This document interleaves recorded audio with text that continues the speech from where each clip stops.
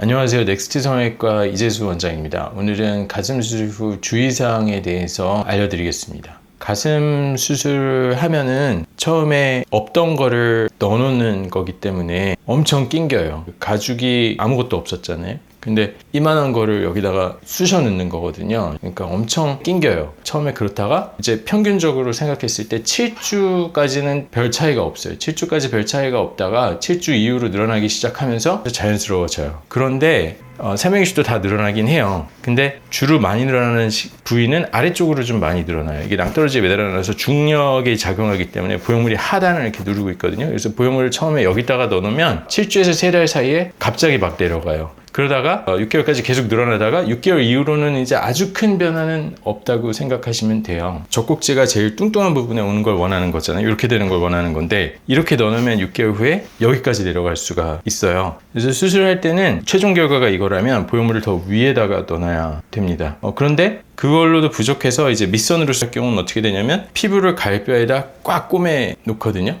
원래 피부랑 갈비뼈랑 따로 놀아야 돼요.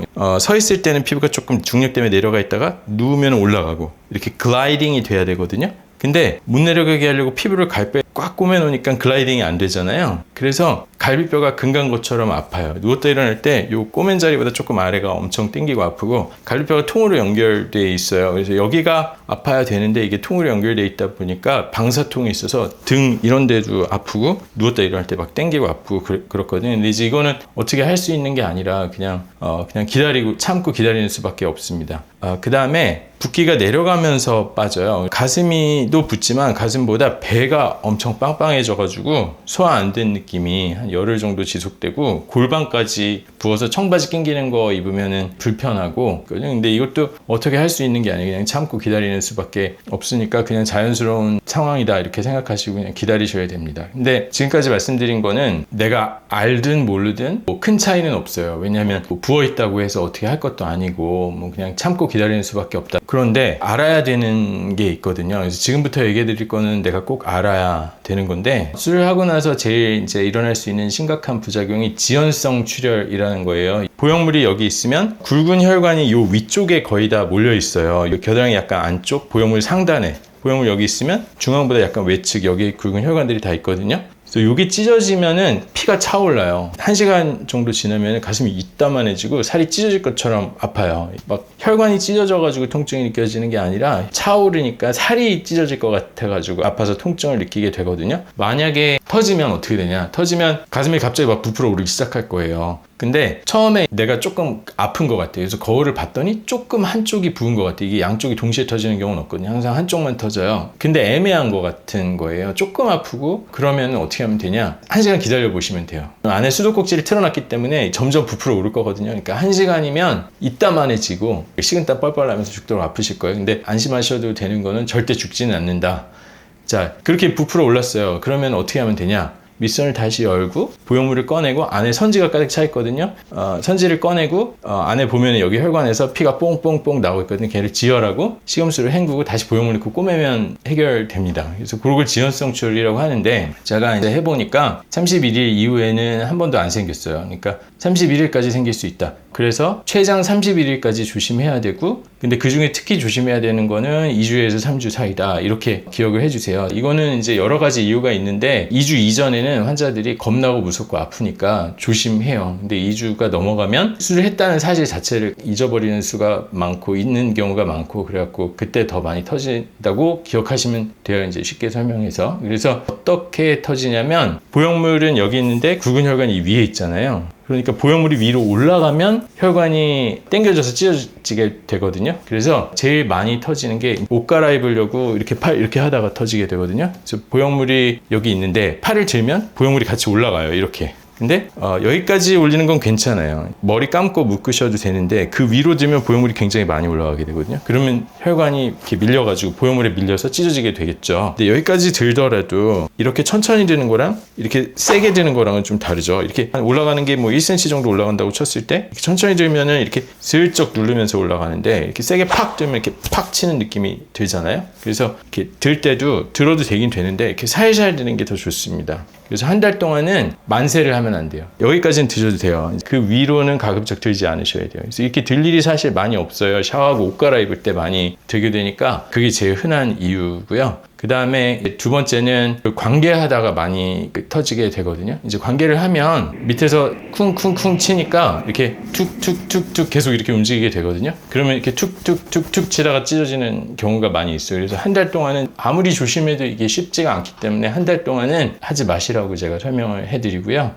그 다음에 받치는 속옷을 아예 입으면 안 돼요. 한 달 동안은. 받치는 속옷을 입으면 보형물이 올라가면서 터지기가 쉬워지겠죠. 그래서 한 달 동안 아예 받치는 속옷을 입으시면 안 돼요.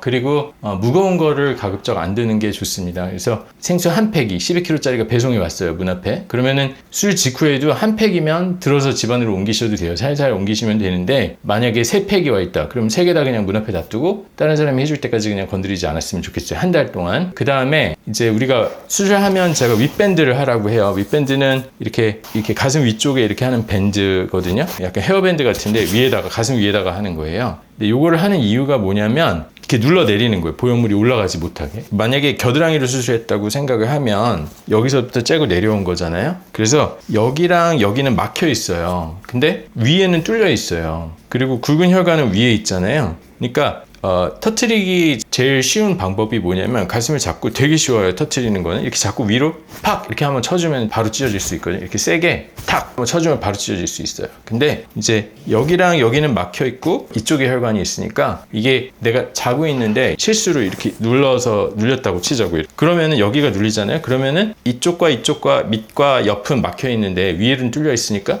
보형물이 이렇게 눌려도 위로 올라가거든요. 그러니까 밑에서 밀어도 위로 올라가지만 옆으로 밀어도 위로 올라가거든요. 위에가 제일 저항이 없으니까. 그러면 혈관이 찢어지게 돼요. 근데 내가 자고 있는데 어떻게 자는지 모르잖아요. 낮에는 의식이 있으니까 밀지 않겠죠. 근데 자고 있을 때는 내가 뭐 이렇게 잘 수도 있고 이렇게 잘 수도 있고, 자다 보면은 어떻게 될지 모르잖아요. 그러니까 윗밴드를 해주는 거예요. 윗밴드를 하면 이게 이렇게 눌리더라도 약간 쿠셔닝이 되니까 올라가는 거를 좀 막을 수 있잖아요. 근데 윗밴드를 너무 세게 할 필요는 없어요. 왜냐면 제가 윗밴드를 하는 이유가 아예 못 올라가게 하겠다는 게 아니고 약간 쿠셔닝만 해주는 거예요. 너무 세게, 윗밴드를 너무 세게 하면 낮에는 붓기가 내려가면서 빠지잖아요. 그래서 배가 빵빵해지잖아요. 근데 잘 때는 가슴이 부어요. 그래서 우리가 아침에 일어나면 얼굴도 부어있는 이유가 낮에는 붓기가 내려가면서 빠지는데 누워있으면 중력 영향을 안 받으니까 얼굴이 붓잖아요. 근데 가슴도 아침에 붓습니다. 그래서 윗밴드를 너무 세게 하면 새벽 5시쯤에 팔이 저려가지고 깨실 거예요. 그래서 아예 못 올라가게 하겠다는 생각으로 하지 마시고, 그러니까 새벽에 깰 정도로 하지 마시고 그냥 저항만 조금만 주면 돼요. 그래서 보통 제가 말씀을 드릴 건데 겨드랑이의 경우 보통 한 달 반, 사람마다 좀 다르긴 한데 한 달에서 한 달 반 정도 하시라고 할 거거든요. 잘 때만 하게 된다. 이렇게 기억을 해 주시고, 자, 그 다음에 수술 후 내려간다고 했잖아요. 그래서 그걸 한번 사진을 보여드리려고 해요. 요거는 이제 수술하고 2주째인데요. 보형물이 위에 있어서 젖꼭지가 약간 아래 하단을 보고 있고, 그리고 보형물이 낑겨 있는 느낌이 들고요. 골도 좀 멀어 보이고, 그리고 밑선이 꽉 찝혀 보이죠. 보조개처럼 쓱 들어가 있습니다. 이게 위에다 놓는 걸로는 부족해요. 그래서 피부를 못 내려가게 갈비뼈에다 꽉 박아 놓는 거거든요. 그래서 여기가 꼬맨 자리보다 조금 아래가 누웠다 일어날 때 좀 당기고 아플 수 있고 등까지 방사통이 있을 수 있어요. 6개월 후를 보면 자, 좀 내려왔죠. 많이 내려왔죠. 윗볼록도 좀 줄고 골도 조금 가까워졌죠. 흉은 아직, 이분은 밑선으로 했기 때문에 흉이 아직 보이는데 6개월까지는 흉이 굉장히 뚜렷하게 보여요. 그래서 6개월 이후로 연해지기 시작하는 거거든요.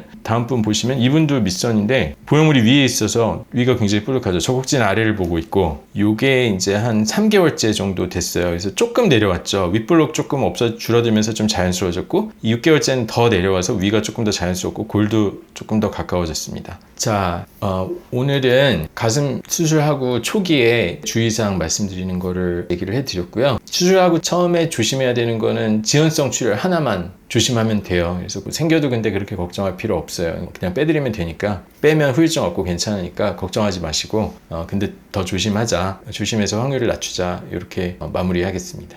감사합니다.